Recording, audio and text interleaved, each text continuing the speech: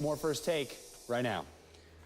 Okay, so interesting situation out of Philadelphia today. Stephen A., what's your takeaway from this Bryan Colangelo situation?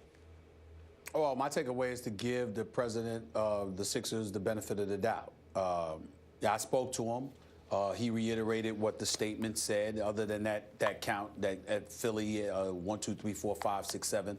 Other than that count which he uses to read, he doesn't know what anybody's talking about. He never put out any tweets. He never had a burner account, anything like that. And he said the report is completely and he stated emphatically it's false.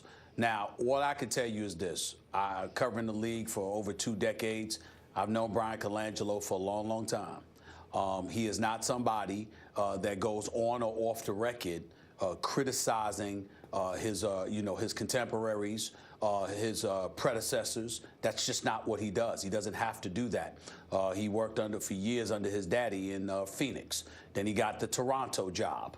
And then obviously he had the Philadelphia 76ers job, which some would believe was primarily because obviously Jerry Colangelo is a special advisor to the 76ers, which they needed it desperately because of the whole process era.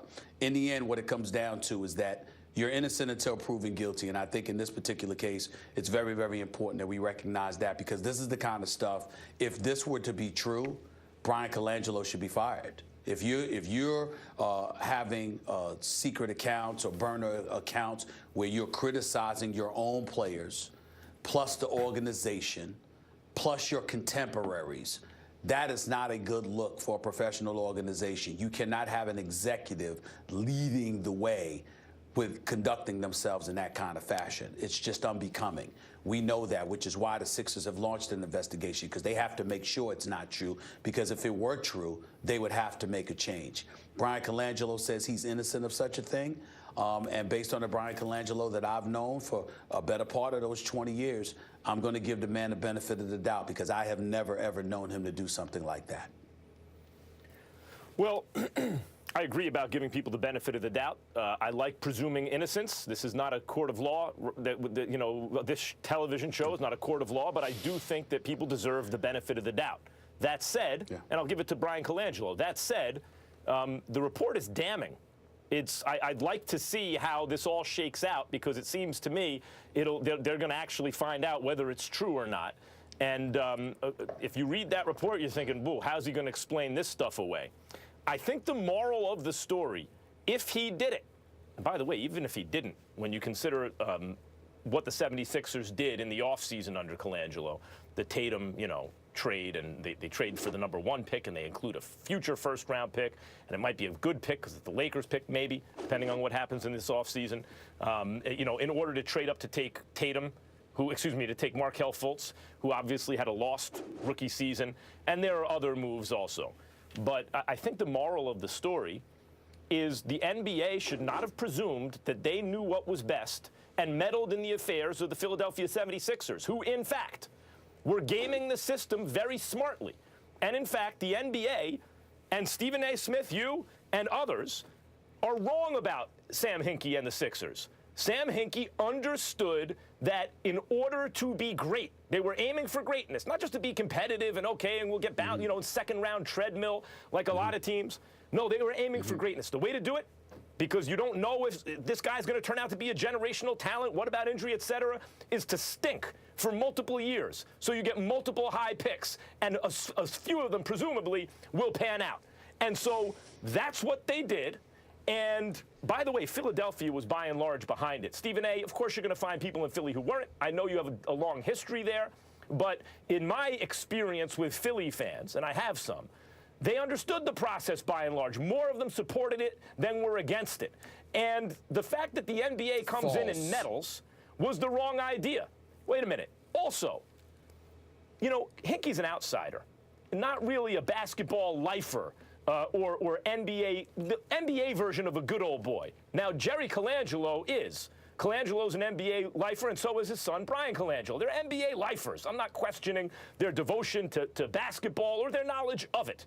But That's what the NBA really did. They got rid of an outsider who was properly gaming the system smartly, and they installed a good old boy who apparently didn't know what he was doing, and in addition to that, not as well as the other guy, and in addition to that, may have really stepped in it here. Max, you say a lot. Let me get in here because you say a lot that has to be responded to. First of all, don't put this on anybody else. I don't mind standing alone, standing completely and totally alone as being the guy that called out the process. Nobody despises the process more than me. You know how I feel about that. And I'm not going to get into it today because I'm just not in the mood to curse people out. I've already instructed SportsCenter. I've instructed that damn Mike Missinelli in Philadelphia, along with a whole bunch of people. People think I'm playing. People don't want to get cussed out. They better stop bringing up the process to me. I'm going to cuss them out. I'm telling you that right now. It ain't Smith for Walt Disney Airways. I'm trying to tell you right now, I ain't playing. But I'm going to say this to you. The process itself, you act like it was such a success. There was a Michael Carter Williams who was a Rookie of the Year and ended up being gone. There was a Drew Holiday that was pushed out the door, and we've seen what kind of player he could be. There was a Jahlil Okafor who was drafted #3 overall. So everything was not peaches and cream with the process. Joel Embiid, you lucked up and landed him because after he declared for the draft, we learned how severe his foot injury was. Otherwise, he would have been the #1 overall pick instead of falling to the 76ers at #3. They didn't know that was going to happen. The one place that they did know was Ben Simmons because you ended up with the #1 overall pick. What I am saying is there have been a litany of roadblocks along the way towards the process. One could argue Boston's done a better job with their process than Philly has done. Not to mention the fact that, and I'm going to say this to you and I'm going to say this to Will, you had a situation where the Philadelphia 76ers, we're not talking about going 50 games, and then we know we're going to struggle, so let's try to tank the rest of the way. No, they were announcing in advance, spanning years, that they not only were losing on purpose, they were intending to continue losing on purpose. The commissioner, Adam Silver, met with ownership, which is why Jerry Colangelo had been there, because it was so glaring and so alarming. One could make the argument that never has there been a situation where integrity in terms of competition had been so grotesquely compromised. So you can go ahead and y'all can celebrate this all you want to. This is not me calling out Sam Hinkie. Sam Hinkie did his job. He was doing what Josh Harris wanted him to do, and I respect it. I'm not trying to excoriate Sam Hinkie. I'm simply saying it spanned years. All right, let me respond. I'd like to respond to that. You said a lot, too. You said a lot, too. First of all, when you point out all the misses, you're pointing out the success of the process, the very idea, or you're missing the point. The reason you stink for years is because obviously there will be misses. The perfect is the enemy of the good. It was not perfect. The process was not perfect. But that's the very idea of the process. It's not perfect, but it's good. You give yourself enough chances and you will hit on some of them. And at the right point, then you make moves and trades, etc. Maybe Hinkie wasn't the man for that job. We'll never know, because they interrupted the process and installed someone who apparently didn't understand it. Now, so losing on purpose while missing on a few draft picks is okay? Yep. Sure. By the way, Stephen A. I have no comeback from that one. I have no comeback from that one. I'm a reformed Knicks fan, but I can tell you something right now. If the Knicks hired a Sam Hinkie type, or maybe Sam Hinkie, and the plan pre-Kristaps Porzingis, let's say there was no Porzingis on the team, and the plan was, guys, we're going to stink for 3 to 5 years before we try to get good. But when we try to get good, we're going to try and get historically great. I'm a Knicks fan. Back then, I'd have signed up for that in a second. What killed me was watching the Knicks, a bumbling franchise, try to be good and not do it, and at best make the playoffs and then get bounced with no real hope for the future. That's the worst. That's where an NBA fan doesn't want to be. An NBA fan wants to have hope that one day they'll be where the Warriors are or the Celtics are right now. Now, bringing up the Celtics, you point out that there's a better way to do it. I'm not arguing. You got a Danny Ainge? Great, go ahead and do it.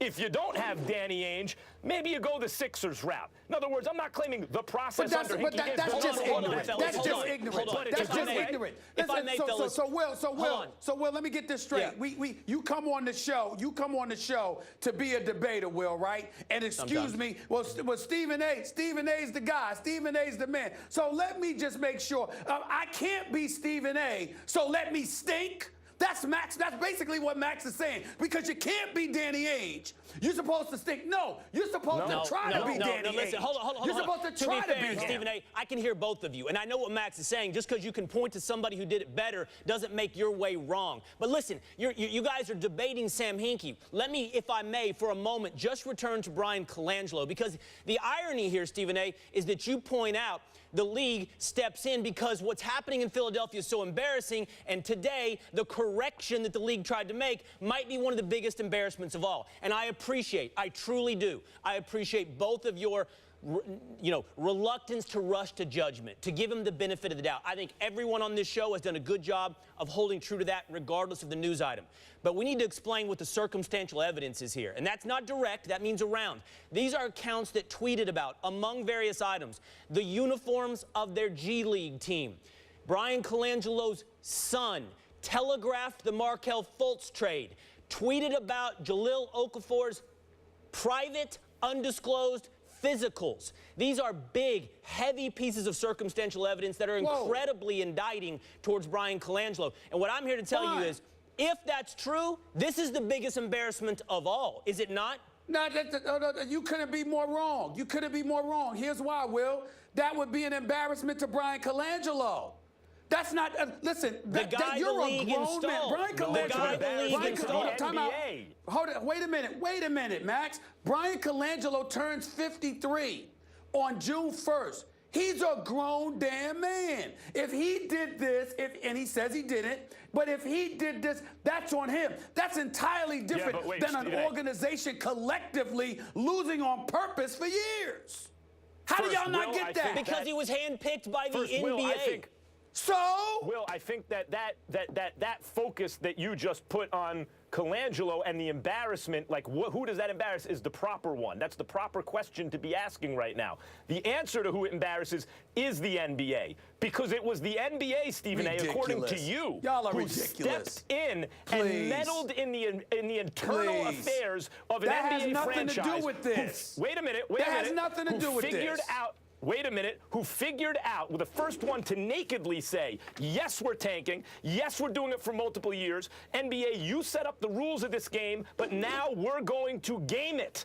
And the NBA stepped in and said, no, we are going to stop you from doing that. You did it for too long. No. We know better, and we are going to insist that you install not only someone, but maybe influence the choice of that someone. And that is ridiculous. I heard you, Max. I heard. We've been hearing you. Listen, excuse me. If Max Kellerman messes up today, and God forbid you get in some trouble, Will or myself or somebody else. Oh, so that's an indictment against ESPN? You hired us. You expect us to conduct ourselves like grown-ups. If we don't do that, that's on us. Stephen A., it reflects on the bosses.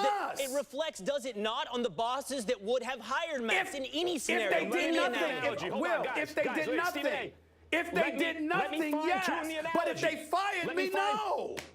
Let me fine-tune the analogy.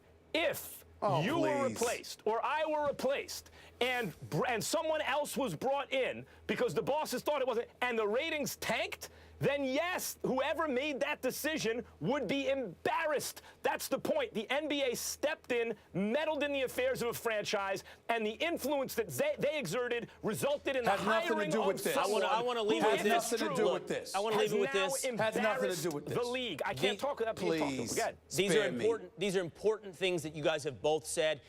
Among the most important, this is not proven. He is not guilty, but it is heavy heavy circumstantial evidence that all points back to at least someone that has very inside interest and knowledge with things Brian Colangelo would. Well, Will, number 2 on the list is what you always say. You always point to individual responsibility. This would be the behavior of a grown adult. But not just Not the him. organization. You Trust point me. to individual Trust me. responsibility every day. Yes, Stephen A., but not Why just was- his hold on, individual but- responsibility. He would be. Hold on. We got to go. We got to I'd go. like to get a word in without being It's gotta be interrupted. quick, you Max. already got a word in. It's got to be quick, Please. Max. Hold on.